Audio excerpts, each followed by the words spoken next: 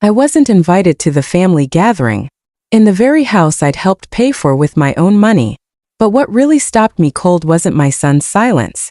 It was 2 weeks later, when my daughter-in-law walked into my backyard with an appraiser beside her, sizing up my home like I was already 6 feet under. They thought I was just some old mom they could shove aside without a second thought. They had no idea I'd already started making my own plans the minute they shut me out. The text from my daughter-in-law Vanessa hit my phone at 7:12 on a Tuesday morning.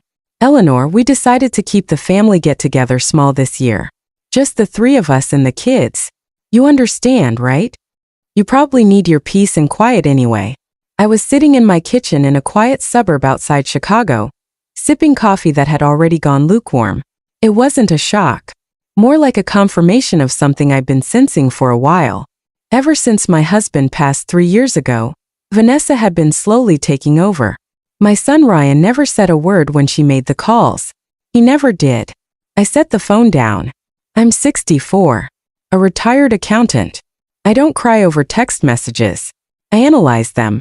"You need your peace and quiet" was code for "we want your house for the weekend without you in it." They assumed I'd head to my sister's place in Milwaukee like I did last year. But something cool and crystal clear rose up in me that morning. If I wasn't part of the inner circle anymore, there was no reason to keep bankrolling their comfortable life. I walked to my filing cabinet and pulled out the green folder. I knew exactly how much I'd been sending their way every month for the house I'd co-financed. I'd covered the upkeep, the insurance, the lawn service because Ryan was always so stressed at the office. The numbers added up to a chunk of change I could have used for trips I kept putting off. First stop wasn't a lawyer. It was the bank. My banker had known me for decades. "Mrs. Harlan, you want to stop the automatic payments on Ryan's mortgage contribution?" He looked surprised. I just nodded. "And closed the joint maintenance account?" "Yes." Effective immediately. No drama. Just signatures. When I walked out, I felt lighter than I had in years. Duty had become one-sided. If Vanessa was cutting me out of the family weekend, I was cutting her out of my budget. That afternoon, Ryan stopped by. He looked nervous. "Mom, did you get Vanessa's text? It's really just because the kids have so many sports things going on." I looked at my son, who couldn't meet my eyes. "I understand completely, Ryan," I said gently. "Actually, it works out well for me. I've decided to make some changes. You might want to sit down with Vanessa tonight and talk about your finances." He frowned but didn't push. He was used to me handling everything. As he left, he didn't even notice I'd already changed the locks on the garden shed where he stored his winter tires. First move made. The quiet in the house felt like pure gold. Over the next few days, I went through my files and tallied what I'd shelled out over the years. Nearly $45,000 for so-called emergencies that mostly came down to Vanessa's tastes. New patio furniture. Private piano lessons my granddaughter rarely attended. I made a simple list. No emotional rant. Just the numbers. Numbers were always my language. On Thursday, Vanessa called. Her voice was all sugar, which meant trouble. "Eleanor, honey, Ryan mentioned something about finances. Was there an issue with the pool service payment?" I leaned back. "No issue, Vanessa. I stopped the payment. Since I'm not part of family life anymore, I figured it was only fair for you two to cover your own luxuries." A long pause. "But Eleanor, that's not what I meant. It was just this one time. It's a choice, Vanessa, and I've made mine." I hung up before she could say more. Then I called my real estate friend Greg. "Fair market valuation on my property. Keep it quiet. No signs in the yard." 2 weeks went by. I didn't answer Ryan or Vanessa's calls. I knew the pressure was building without my monthly help, but I never expected them to be this bold. One Friday morning, I was having breakfast when I heard voices in the backyard. I stepped to the window and stopped cold. Vanessa was walking my property with a man in a gray suit holding a clipboard. They were circling the house, pointing at the roof and windows. They'd actually hired an appraiser. They thought they could pressure me into signing it over early, or perhaps lay the groundwork to have me declared incompetent. I opened the sliding door and stepped outside. "Good morning, Vanessa. Who's your friend?" She flashed that winning smile. "Oh, Eleanor, we just thought it'd be smart to know the value for insurance purposes. Ryan's worried about rising property prices." The man in the suit gave me an apologetic look. "Mr. Caldwell, property appraiser." I smiled at him. Mr. Caldwell, I'm afraid you're wasting your time.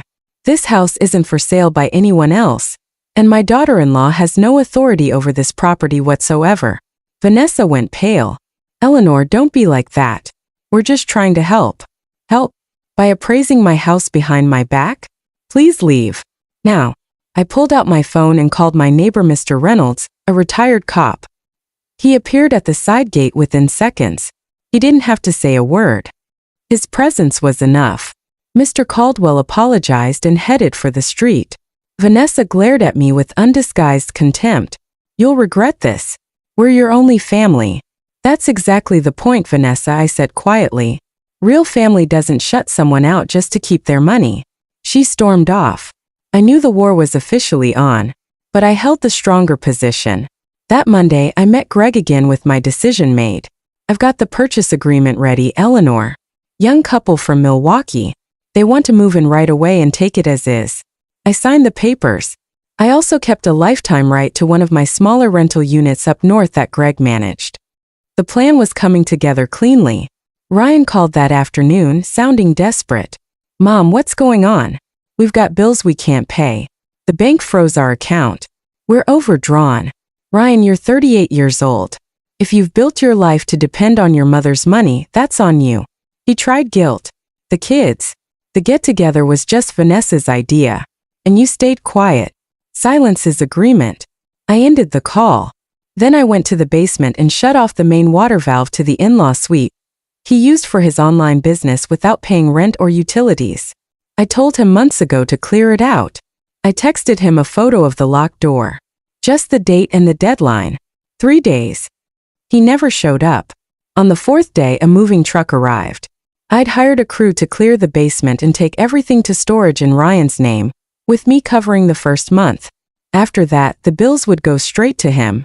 Just as the last boxes went out, Ryan's car swung into the driveway. Vanessa was right behind him. What are you doing? That's my stuff. Ryan looked pale and hollow. Vanessa charged toward me. You old witch. This is theft. I stayed on the top step. No, Vanessa. This is an eviction after the deadline passed. The items are safely stored. Here's the receipt and the address. I handed Ryan the paper. His hands were shaking. Vanessa kept shouting, but I raised one hand to stop her. Listen carefully. This house is sold. The closing was this morning. New people move in 2 weeks from now. The silence that followed was absolute. Sold? Ryan whispered.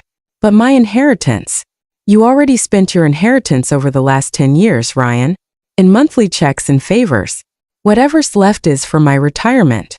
I walked inside, locked the door, and pulled the curtains. I could hear Vanessa tearing into Ryan on the other side. It was the last time her noise reached me. The following week brought one more discovery. A letter from a bank arrived. Ryan had tried to take out a loan and listed me as a co-signer without my knowledge. I drove straight to the branch, made clear the signature was unauthorized, and had my name flagged so it could never happen again. I didn't file charges. That wasn't my style. But he had burned the last bridge himself, and he'd done it entirely on his own. Moving day came on a bright October afternoon. 2 strong guys carried my few boxes out. The house looked empty and strange even after nearly 30 years, but it was just walls. The memories of my husband lived inside me, not on the paint. As I closed the last window, I spotted Vanessa's car parked down the street. She was watching. She didn't get out. She didn't come closer. She just sat there as her safety net drove away. I walked to my car, set my purse on the passenger seat, and was about to climb in when Ryan appeared around the corner on foot. He looked awful. Mom, you're really leaving? Yes, Ryan. We canceled the get-together. He said it softly. Vanessa and I just fight all the time now. I looked at him for a long moment. I didn't put you in this spot, Ryan. Your greed and your silence did. You treated me like a resource you could mine. But I'm a person. He dropped his head. Where are you going? That's not your concern right now. If you ever reach a point where you can see me as your mother instead of your backup bank, you can reach out through your aunt. Until then, I'd like no contact. I started the engine. He stood on the curb looking lost. I drove away without checking the mirror. My new place was a bright condo in an old captain's house on Lake Michigan. One bedroom, a big living room with dune views, a modern kitchen, a balcony for my herbs. The landlord, an older man named Captain Thorne who looked like he'd spent his entire life on the water, handed me the keys with a smile. "Welcome to the north, Mrs. Harlan. Up here the wind blows different, but it clears your head." He was right.